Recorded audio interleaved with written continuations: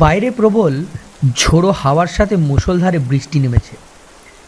এতক্ষণ ব্যালকনিতে কফি হাতে দাঁড়িয়ে আবহাওয়ার আনন্দ উপভোগ করছিলাম। বেশ চমৎকার লাগছিল। কিন্তু বৃষ্টির তীব্রতা যে হারে বেড়ে চলেছে, বেশিক্ষণ আর দাঁড়িয়ে থাকতে পারলাম না। ফলে দরজা বন্ধ করে ঘরের ভেতরে চলে আসতে হলো। আজ রবিবার, সাধারণত এই দিনে সারাদিনটাই বাড়িতেই কাটায়। আমার নাম আদিত্যবান মুখার্জি। আমি পেশায় একজন লোক সংস্কৃতি গবেষক। বহুদিন ধরেই গ্রাম বাংলার পুরনো কাহিনী, পরিত্যক্ত জমিদার বাড়ি আর বিস্তৃত আচার অনুষ্ঠানের ইতিহাস নিয়েই কাজ করি। আর সেই সূত্রেই আমার যাত্রা শুরু হয়েছিল নদিয়া জেলার এক প্রত্যন্ত গ্রামে, যেখানে গ্রামের প্রান্তে দাঁড়িয়ে আছে ধ্বংসস্তূপে পরিণত প্রাচীন শ্রীধরপুর জমিদার বাড়ি, যার নাম উচ্চারণ করলেই গ্রামের প্রবীণদের চোখে এক অদ্ভুত আতঙ্কের ছায়া নেমে আসে। সেই রাতটির কথা আমার যখনই মনে পড়ে, তখনই আমার বুকের ভেতর অদ্ভুত এক শীতলতা নেমে আসে, যেন অন্ধকারের গভীর থেকে কেউ নিঃশব্দে আমার নাম ধরে ডাকছে।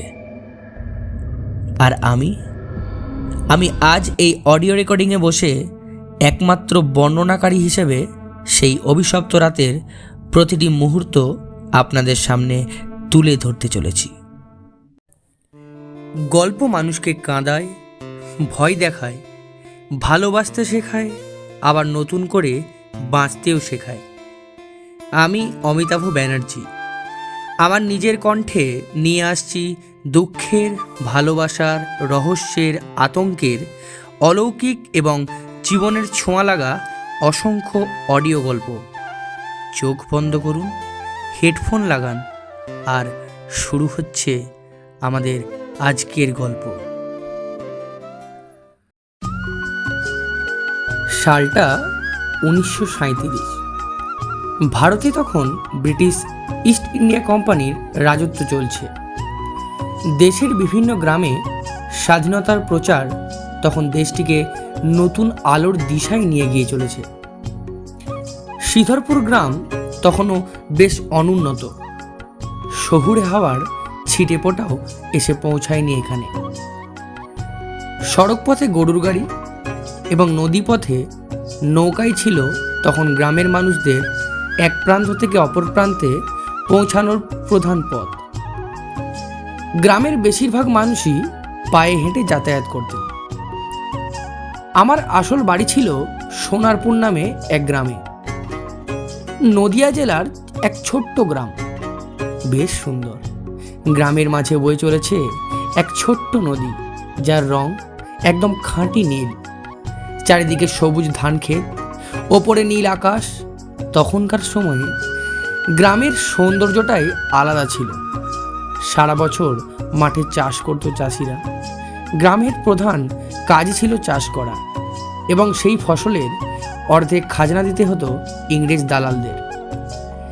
আমার গ্রাম থেকে শ্রীধরপুর গ্রামের মাঝে মাইল খানেকের দূরত্ব ছিল। ফলে গ্রামের উদ্দেশ্যেই একবার যাত্রা দিয়েছিলাম শহর থেকে। গ্রামে পৌঁছে দুদিন ঘরে কাটানোর পর সিদ্ধান্ত নিয়েছিলাম একবার শ্রীধরপুর গ্রাম থেকে আমি ঘুরে আসব। শ্রীধরপুর গ্রামে পৌঁছে সেখানে দুদিন গ্রামের মানুষদের জমিদার বাড়ির সম্পর্কে জিজ্ঞাসাবাদ করলে অনেক রহস্যের সম্মুখীন হলাম। প্রত্যেক মানুষেরই সেই রাজবাড়ির সম্পর্কে একটা প্রধান কথার মিল ছিল, যা হলো সেই বাড়িটি অভিশপ্ত।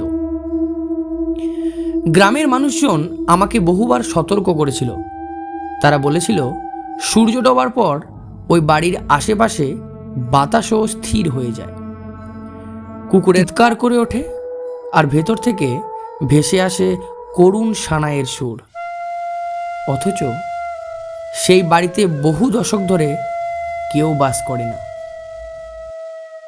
তাই এক শীতল কার্তিকের সন্ধ্যায় হাতে শুধু একটি টর্চ লাইট, একটি ভয়েস রেকর্ডার এবং সাহস সঞ্চয় করে প্রবেশ করেছিলাম সেই অন্ধকার প্রাসাদের ভাঙা ফটক পেরিয়ে, যেখানে লোহার দরজার কবজাগুলো বাতাস ছাড়াই কেঁপে উঠছিল।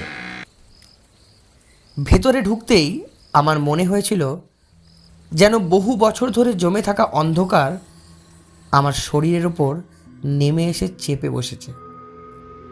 আর প্রতিটি পদক্ষেপে ধুলো জমা মেঝে থেকে উঠে আসছিল এমন এক পচা দুর্গন্ধ, যা কোনো পচা কাঠ, পুরনো আতর আর অদ্ভুত এক দগ্ধ ধূপের গন্ধের মিশ্রণ। দোতলার সিঁড়িতে পা দিতেই টর্চের আলো কেঁপে উঠল, আর সেই মুহূর্তে আমি স্পষ্ট শুনতে পেলাম কারো পায়ের নরম শব্দ, যেন আমার আগে কেউ ধীরে ধীরে ওপরে উঠেছে। অথচ সিঁড়ির ধুলোয় কেবল আমার নিজের পদচিহ্নই স্পষ্ট হয়ে ফুটে উঠছিল।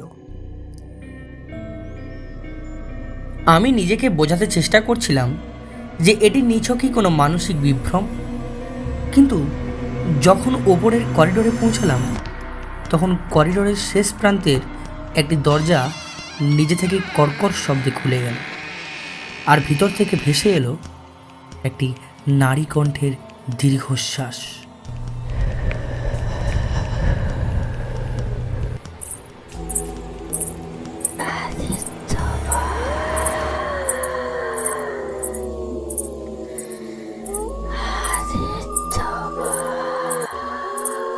যা আমার নাম উচ্চারণ করলো এমন স্বরে যেন বহু বছর ধরে সে অপেক্ষা করছিল শুধু আমার আগমনের জন্য। আমার শরীরের প্রতিটি স্নায়ু তখন সতর্ক হয়ে উঠেছিল, তবুও অদ্ভুত এক আকর্ষণে আমি সেই ঘরের দিকে এগিয়ে গেলাম। কারণ গবেষকের কৌতূহল কখনো কখনো মানুষের প্রাকৃতিক ভয়ের চেয়েও প্রবল হয়ে ওঠে। ঘরের ভেতরে প্রবেশ করতেই টর্চের আলোটা পড়ল এক বিশাল আয়নার ওপর, যার কাঁচ ফেটে জালের মতো ছড়িয়ে আছে। আর সেই আয়নার সামনে দাঁড়িয়ে আমি স্পষ্ট দেখতে পেলাম আমার নিজের প্রতিবিম্ব। কিন্তু অদ্ভুতভাবে সেই প্রতিবিম্বের চোখ দুটো আমার সঙ্গে একদম মিলছিল না, কারণ সে হাসছিল, অথচ আমার ঠোঁট ছিল সম্পূর্ণ স্থির। আমি পিছনে সরে আসতে চাইছিলাম, কিন্তু আমি অনুভব করলাম পায়ের নিচের মেঝে কেমন নরম হয়ে গেছে, যেন পচে যাওয়া কাঠের নিচের শূন্যতা, আর সেই শূন্যতা থেকে ধীরে ধীরে বেরিয়ে আসছে শীতল কুয়াশার মতো ধোঁয়া, যা আমার পায়ের পাতাকে জড়িয়ে ধরে উপরে উঠছিল। হঠাৎ করেই সেই আয়নার ভিতরের প্রতিবিম্বটি ঠোঁট নাড়িয়ে বলল,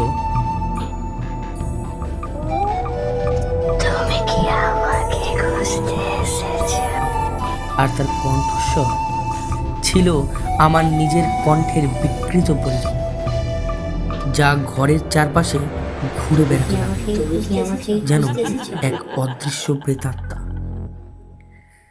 আমার মস্তিষ্ক তখন যুক্তির আশ্রয় খুঁজছিল, কিন্তু হৃদস্পন্দন এত দ্রুত হচ্ছিল যে মনে হচ্ছিল বুকের খাঁচা ভেঙে বেরিয়ে আসবে।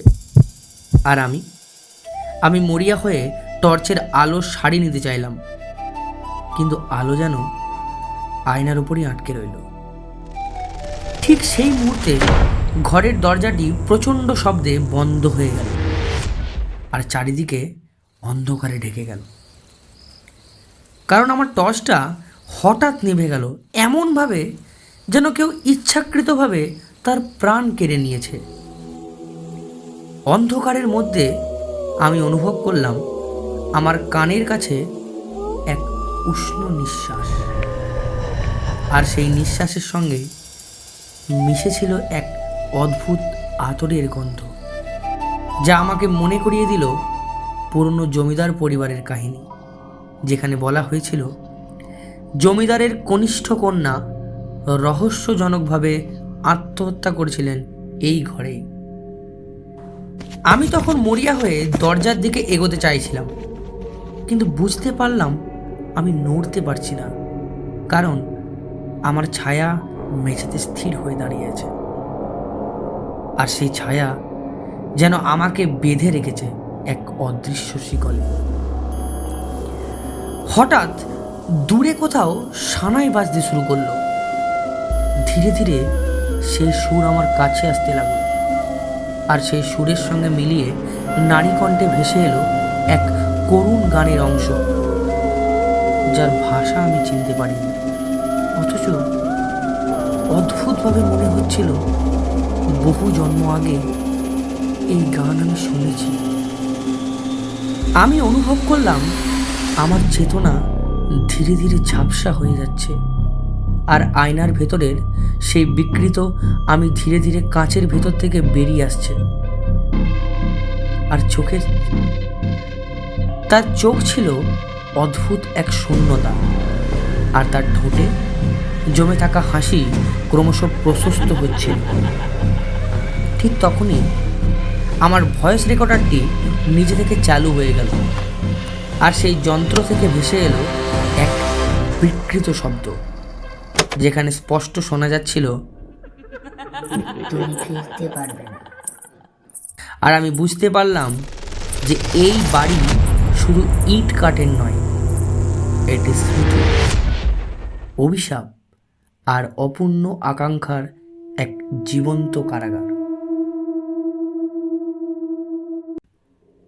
আমার শেষ শক্তিটুকু জড়ো করে আমি চোখ বন্ধ করলাম এবং মনে মনে প্রতিজ্ঞা করলাম যে যদি এখান থেকে আমি বাঁচতে পারি, তবে আর কখনো অজানাকে এত হালকাভাবে আমি নেব না। আর সেই মুহূর্তে যেন প্রবল ঝড়ের মতো একটা শক্তি আমাকে ধাক্কা দিয়ে দরজার বাইরে ফেলে দিল। আমি হঠাৎ নিজেকে আবিষ্কার করলাম ভাঙা বারান্দায় আমি পড়ে আছি। ভোরের প্রথম আলো ফুটে উঠেছে, পাখিরা ডাকছে, আর চারদিক যেন স্বাভাবিক। অথচ আমার হাতে ধরা ভয়েস রেকর্ডারটি স্ক্রিনে তখনও লাল আলো জ্বলছিল। গ্রামে ফিরে এসে যখন রেকর্ডারটি আমি শুনলাম, তখন আমার রক্ত হিম হয়ে গেল, কারণ পুরো রাতের রেকর্ডিংয়ে আমার কণ্ঠস্বর একবারও শোনা যায়নি। কেবল শোনা যাচ্ছিল একটি নারী কণ্ঠ, যে ধীরে ধীরে একই বাক্য বারবার পুনরাবৃত্তি করছিল, আমি অপেক্ষা করছি।